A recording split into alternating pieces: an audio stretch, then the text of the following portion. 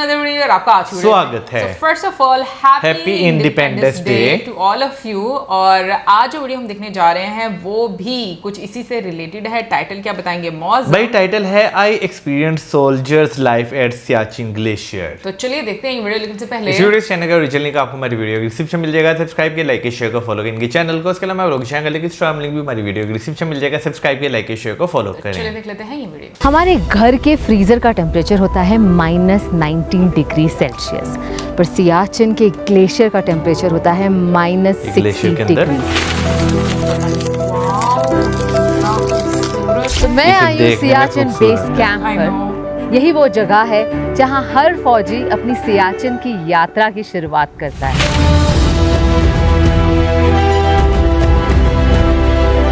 यहीं से उनकी ट्रेनिंग होती है जो ले जाता है उन्हें 22,000 फीट की ऊंचाई पर सियाचिन ग्लेशियर पर। एक जूस का टेट्रा पैक ईंट बन जाता है, अंडा, आलू, टमाटर पत्थर बन जाते हैं। यहाँ 160 किलोमीटर प्रति घंटे की रफ्तार से चलती हवा भारत के वीर जवानों का हौसला हिला तो देती है, लेकिन गिरने नहीं। More than the enemy themselves, the challenges of the real enemy is the weather and the terrain.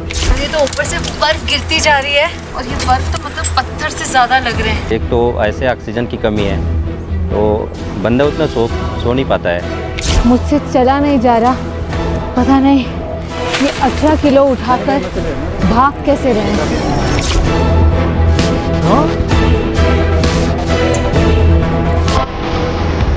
जहाँ हेलीकॉप्टर के उड़ने से कतराते हैं वहाँ देश का तिरंगा शान से लहराता है।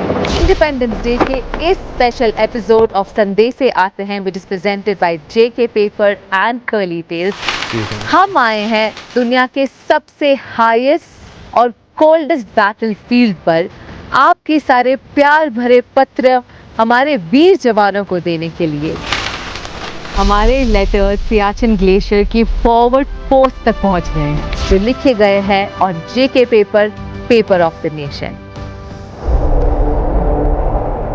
सियाचिन ये सिर्फ बर्फ का एक मैदान नहीं, बल्कि भारत की सबसे आखिरी, सबसे ऊंची सीमा रेखा है। एक तरफ है पाकिस्तान और दूसरी तरफ है चाइना। अगर यहाँ से एक कदम भी पीछे लिया तो सिर्फ सियाचिन नहीं, पूरा लद्दाख और कश्मीर खतरे में आ सकता है। सियाचिन बेस कैंप पर आज एक बहुत ही खास दिन है, क्योंकि आज ये troop on this Independence Day Siachen glacier के लिए रवाना होगी। कई दिनों का ये सफर और कई किलोमीटर की ये ट्रैक के साथ अपनी ये नई ड्यूटी नई जिम्मेदारी के साथ निभाएंगे। इंडियन आर्मी के हर फौजी के लिए सियाचिन पर तैनात होना एक गर्व की बात है, लेकिन यहाँ तक पहुँच पाना हर किसी की बात नहीं। 12 लाख से ज्यादा सैनिकों वाली भारतीय सेना में कुछ चुनिंदा वीर ही इस गर्व भरी पोस्टिंग तक पहुँच पाते हैं, और इनमें से एक हैं देहरादून के उमेद सिंह, जिन्होंने 2001 में फौज ज्वाइन की और 24 साल बाद 2025 में पहली बार सियाचिन की बर्फीली ऊंचाइयों पर कदम रखने जा रहे हैं। यहाँ पे हाई एल्टीट्यूड की ट्रेनिंग, जो भी हम जाते हैं फॉरवर्ड एरिया में, उसके बारे में हाई एल्टीट्यूड की ट्रेनिंग करते हैं। ट्रेनिंग 3 वीक की होती है। इसमें हमें पूरे ये माउंटेन के बारे में सिखाया जाता है, किस प्रकार से हमने माउंटेन में चढ़ना है, किस प्रकार से करवास रेस्क्यू ड्रिल, अविलांच रेस्क्यू ड्रिल, इसके बारे में बताया जाता है। अपने साथी को किस प्रकार से कहीं करवास रेस्क्यू में किस प्रकार से बचाना है उसकी लाइव के साथ, और फिर हम अपने पोस्टों के लिए मार्च कर जाते हैं। तो माँ तो बेटे के लिए परेशान होती रहती है, डेली चिंता करती रहती है, सांत्वना देते हैं कि हम फिट है यहाँ पे और हमें कोई दिक्कत नहीं है। लेकिन यहाँ फिट होना सिर्फ एक जज्बा नहीं, एक प्रोसेस है। सियाचिन जैसे बैटलफील्ड के लिए हर जवान को 14 दिन के 3 स्टेज एक्लिमेटाइजेशन प्रोसेस से गुजरना होता है। स्टेज 1 9,000 फीट पर 6 दिन, स्टेज 2 12,000 फीट पर 4 दिन और स्टेज 3 15,000 से 21,000 फीट तक और 4 दिन। Lieutenant colonel Chandra Siachen base camp पर माउंटेनियरिंग एक्सपर्ट और इंस्ट्रक्टर हैं। ये यहाँ पे आई से पूरा इनकी जिम्मेदारी है सियाचिन ग्लेशियर पर पोस्टेड वीर जवानों को मजबूत बनाना, फिजिकली और मेंटली। चलो ये नंबर 4 फिलर मारो filler. It is a dream for most of the soldier. ये जो है in Indian army at least Siachen का एक टेन्योर तो चाहिए करके सब लोग बोलते हैं। तो मुझे खुद जो है लगभग 17 साल लग गया उसको आने के लिए। ये जनरली यहाँ पे 3 हफ्ते ट्रेनिंग के बाद ये जो है they are fit to operate anywhere. Initially जब आता है थोड़ा बहुत डरा हुआ रहता है, जिसने पहाड़ कभी नहीं देखा। यहाँ पे basically 3 principle. First is the mobility, they should be able to move anywhere. Second is our survivability, and top में तो -40 -50 भी। एंड थर्डली मोस्ट इम्पोर्टेंट जो है ये है रेस्क्यू ऑपरेशंस। तो हम लोग से सिखाते हैं कंपेनियन रेस्क्यू करके, कि अपने साथी 4 बंदे से आ रहे हैं, एक बंदे गिर गया तो दूसरे ने सब ये रेस्क्यू करना है। तो अब मैं चढ़ रही हूँ 90 डिग्री प्लस की बर्फीली दीवार पर, क्योंकि सियाचिन के ग्लेशियर में कभी भी कुछ भी हो सकता है। पर जैसे हमारी भारतीय सेना हर चीज़ के लिए तैयार रहती है, आज मैंने सोचा मैं भी ये ट्राई कर लेती हूँ। Let's go. You hit it and this is called pick. ये touch कर दो, it will not come out. You just hit like this. This is called the tip वाला, this is called filler. हाँ, you have to hit तो like this. ऐसे। Yeah. And keep it parallel. ऐसे रखना Yeah. है toe से लगाना है. Tip. Okay. Okay. And you are good to go. Oh God sir, ये तो ऊपर से बर्फ गिरती जा रही है एज वी डू दिस। और ये बर्फ तो मतलब पत्थर से ज़्यादा लग रहे हैं, टू बी ऑनेस्ट। जोर की पड़ रही है, बट आई वोन एन हेलमेट। Okay. ज़्यादा जोर से मत मारो मैम। Baby step. Change, हाँ, correct, correct. Don't exert yourself. Nothing will happen. Oh my God. Ma'am, अभी now open your palm. Open your palm. छोड़ दो। Open your palm. And then hold the rope. Hold the rope. Which rope? Hold the rope. Okay, face towards the wall. Lean back further. Around 60 degree के आसपास. Correct, हाँ. एक soldier की तरह climb करना, वो भी सियाचिन में, खुद पर गर्व हुआ। हाँ, करो। लेकिन सच ये भी था कि यहाँ आए मुझे सिर्फ एक ही दिन हुआ था, तो थोड़ी ही देर में मेरी एनर्जी काफ़ी ड्रॉप होने लगी। थकान साफ महसूस होने लगी। मुझसे चला नहीं जा रहा, पता नहीं ये 18 किलो उठाकर भाग कैसे रहे हैं।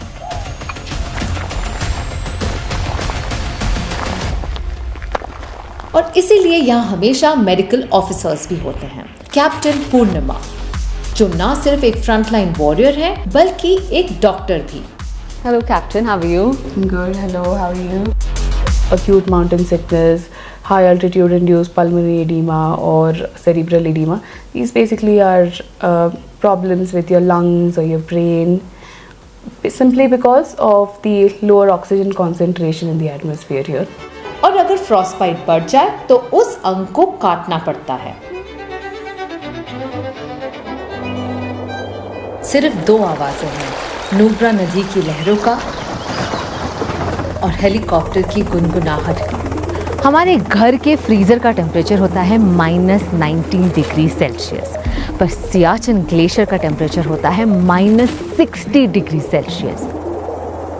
इसीलिए ज़रूरी है कि रोज़ वहाँ फ्रेश सामान पहुँचाया जाए, और तभी वहाँ काम आता है हमारा एयर मेंटेनेंस सेटअप, यहाँ की lifeline. Good morning major. Good morning, ma'am. Is it a good weather to fly your chopper today? A perfect weather to fly, and welcome to base camp. I am Major Vivek. I am a helicopter pilot of Indian Army, posted here in Siachen. इनका काम है बर्फ से ढके battlefield के ऊपर उड़ना और हमारे जवानों तक ताज़ा राशन, दवाइयाँ और उम्मीद पहुँचाना। हेलीकॉप्टर आता है तो लगता है कि हमारा कुछ सामान आ गया है, खुशी होती है हमें। The pilot might be pushed to certain conditions where it might be very challenging for him. Like as you covered, it is the whiteout conditions. It might or it will disorient the pilot. If the pilot is disoriented, then handling of helicopter becomes a challenge. Emergencies के वक्त glaciers पर सबसे पहले helicopters ही पहुंचते हैं for इवैक्यूएशंस। It is a matter of pride that I am doing this for my nation, my motherland.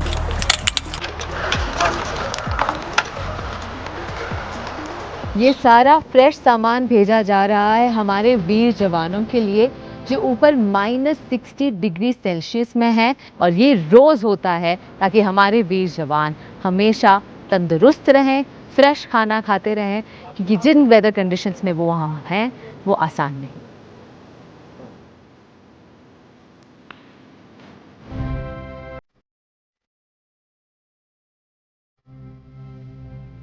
हमारे letters Siachen glacier की forward post तक पहुंच रहे हैं।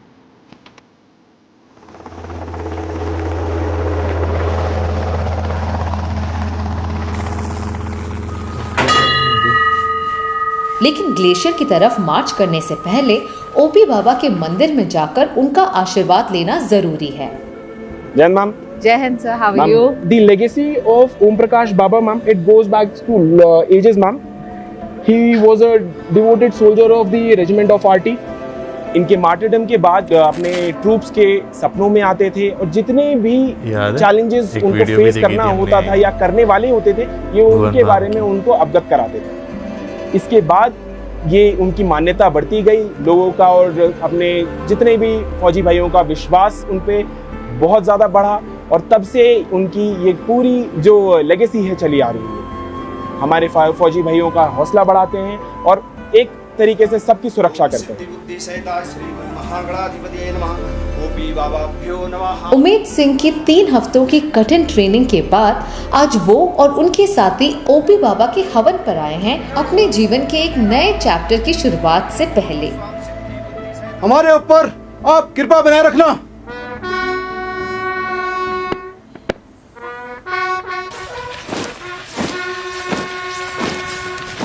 और पोस्ट कार्ड क्या है फॉरवर्ड से उनसे बातचीत हुए, और उन्होंने बहुत ही हौसला दिया है हमारे को कि ऊपर कोई दिक्कत कोई परेशानी नहीं है। जो उन्होंने हमको मतलब गाइड किया है उसी गाइड पे हम चलेंगे, और जो ट्रेनिंग मिला है उसी हिसाब से चलेंगे, तो कोई दिक्कत परेशानी आगे नहीं आएंगे सर।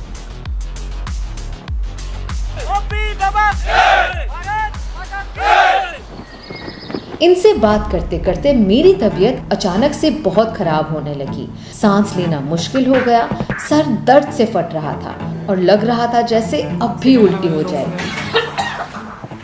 डॉक्टर्स ने मुझे बताया कि मुझे अक्यूट माउंटेन सिकनेस हो गया है।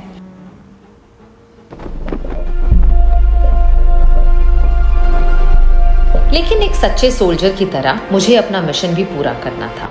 थोड़ा रेस्ट लेने के बाद मैंने फिर से हिम्मत जुटाई, क्योंकि आप सबके प्यार भरे लिखे हुए खास पत्र मुझे हमारे सैनिकों तक पहुंचाने ही थे। वो पत्र जो लिखे गए थे जेके पेपर ऑफ द नेशन, अब मिलने जा रहे हैं प्रोटेक्टर्स ऑफ द नेशन से।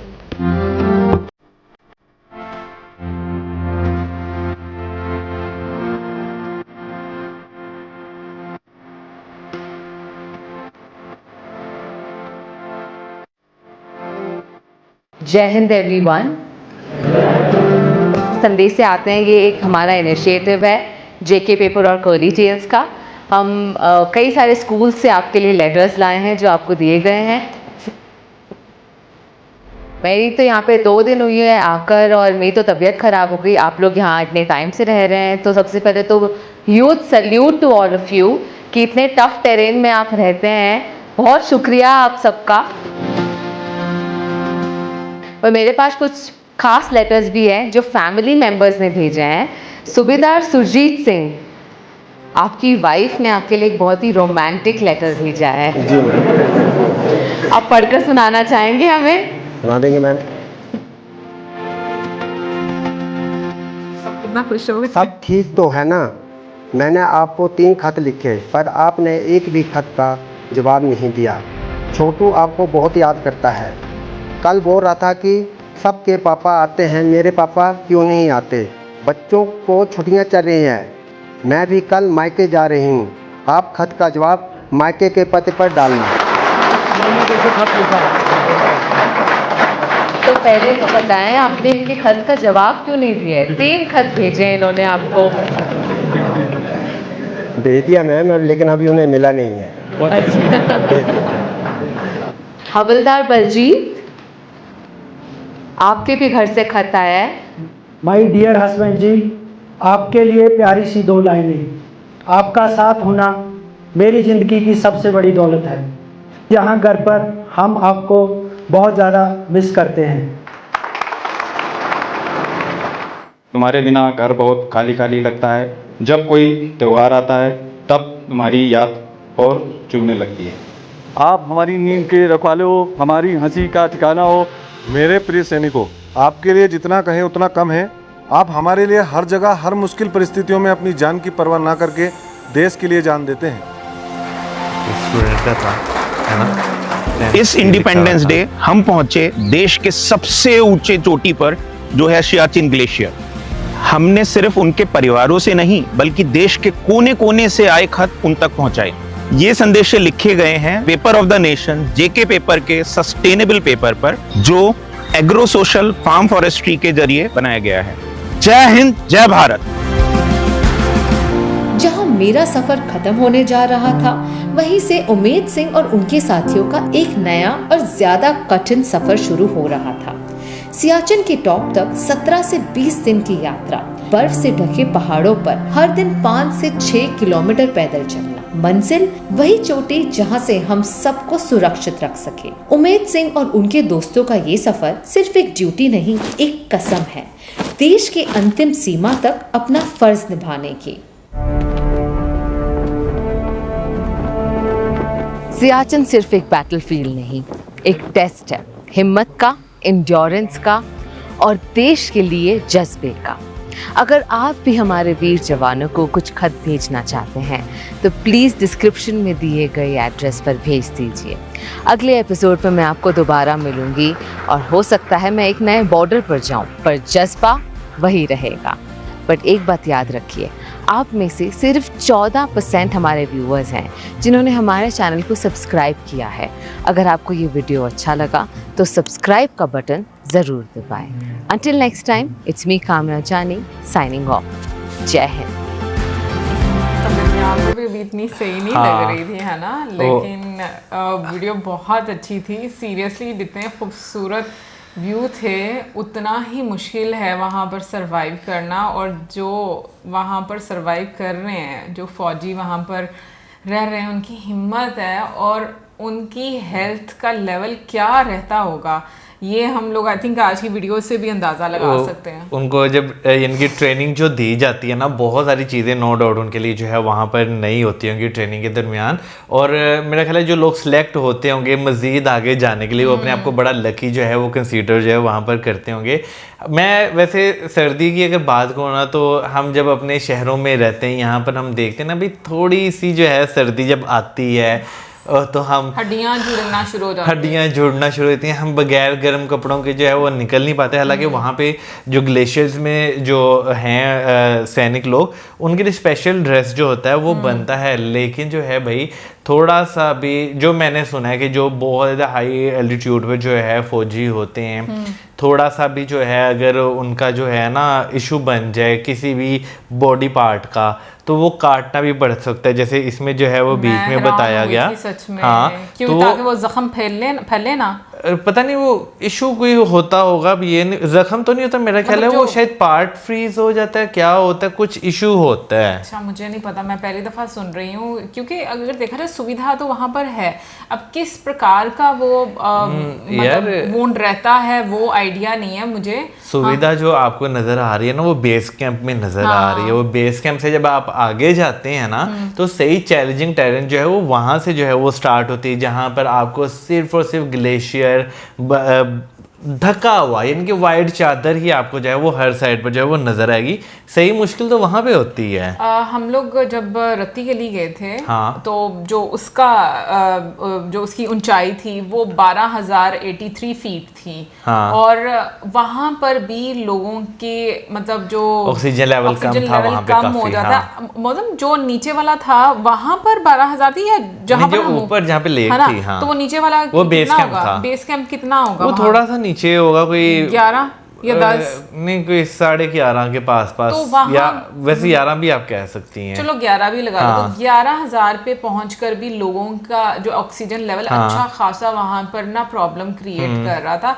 और ये तो मतलब इतनी ऊंची इतनी ऊंचाई पर जाना, वहां पर रहना, और बड़ा मैं कहती हूँ हिम्मत की बात है। पता नहीं, मैं ना कभी भी किसी भी कंट्री की आर्मी की जो वीडियोस देखती हूँ ना मेरे सामने आए, पता नहीं मुझे बहुत इमोशनल लगती हैं कि ना लाइफ इतनी इजी नहीं होती, बट हकीकत ये भी है कि जितना आप टफ चीज़ों को फेस करते हो आप उतने स्ट्रांग बनते हो, लेकिन एक इमोशनल बॉन्ड ज़रूर रहता है आपका, ये चीज़ मुझे हमेशा फील होती है। अभी जितने भी हम लोग फौजी थे उनको देखा 18 किलो का बैग उठाकर ट्रेनिंग करना आसान काम नहीं है भाई, बहुत मतलब हम 5 किलो के 2 थैले उठा लूं तो हाथ थक जाते हैं भाई, एक पॉइंट पर आके। जब फौजियों की ट्रेनिंग होती है ना स्टार्टिंग में, इसलिए उन्हें इतना टफ जो है बनाया जाता है कि जिसने भागना है ना वो शुरू में ही भाग जाए। बाद यहाँ तक पहुंचने के लिए भी लोगों को कितने साल लगते हैं। बिल्कुल, लेकिन यार आप इसे पहले भी देखें ना, जब वो अपने करियर का स्टार्ट करते हैं, जब एक पूरा प्रॉपर बैच जो है वो बनता है, हाँ बिल्कुल बैच बनता है, उसमें से भी कितने लोग जो है वो ट्रेनिंग पूरी करने से पहले जो है वो रह जाते हैं, यानी कि यहाँ तक आने तक ना वो कितनी ज़्यादा, एक वो कहते हैं ना पंजाबी में पी काटना, वो काट चुके होते हैं। अच्छा, यहाँ पर आके आपके लिए मज़ीद वो अपने आप को इन्हेंस करते हैं। अच्छा, मैं सबसे रिक्वेस्ट करूँगी प्लीज़ अगर कोई नई वीडियो आई है ट्रेनिंग की तो हमें ज़रूर सजेस्ट करें, मैं देखना चाहती हूँ, क्योंकि हम लोगों ने काफ़ी टाइम हो गया इस तरह की काफ़ी देर हो गई बिल्कुल। और फिर से मैं कहूँगी कि भाई सलामे हैं जो लोग इतनी मुश्किल में इस तरह के टेरन में और इस तरह के वेदर को सफ़र करते हैं, क्योंकि जो डॉक्टर हैं उन्होंने भी बीच में ये बात बोली कि सबसे बड़ा दुश्मन जो है वो वेदर ही है। बिल्कुल। और ओवरऑल मैं कहूँगी कि काफ़ी मज़ा भी आया वीडियो देखकर, क्योंकि बड़ा अच्छा लगता है कि आप जिस तरीके से चीज़ें पहले नहीं देख पाते थे, आपको नहीं पता होती थी, अब मीडियम एक ऐसा आ चुका है कि आप देख पाते हो। बट मेरे ना ज़हन में एक और चीज़ ये आ रही थी कि तुम देखो अब इतना एडवांस हो गया हुआ ज़माना, तो चीज़ें जो है वो सुविधाएं बेहतर से बेहतर होती जा रही हैं। इससे पहले जो लोग होते होंगे जब इतनी ज़्यादा सहूलतें नहीं होती होंगी, उन्होंने कितना मुश्किल टाइम देखा होगा भाई, वहाँ पे कोई रहता भी नहीं होगा उस ज़माने में। चलो जब से भी स्टार्ट किया होगा, हाँ, तब से मतलब अभी आज के टाइम में तो जितनी सहूलतें उतनी सहूलतें तो नहीं होती यार। है ना? अभी भी आप देखें जब वेदर जो है वो चेंज होने लगता है, सर्दियाँ जब आती हैं तो जो बॉर्डर एरियाज हैं वहाँ पे सिर्फ आपको फौजी जो है वही नजर आते हैं, और अगर सिविलियन लोगों की बात करें, फौजियों की बात करें, वही मैं बात करूँ, सिविलियंस की बात करें ना, वो तो वहाँ से मूव जो है वो कर जाते हैं, मूव कर जाते हैं। मैंने देखा वो अंडरग्राउंड उन्होंने घर बनाए होते हैं, वहाँ पर मूव कर जाते हैं। बिल्कुल। एनीवेज ओवरऑल बहुत मजा आया एंड आई होप आप लोगों ने भी एंजॉय किया होगा। मिलेंगे नेक्स्ट वीडियो में, सब्सक्राइब करना मत भूलना। Till then, good bye.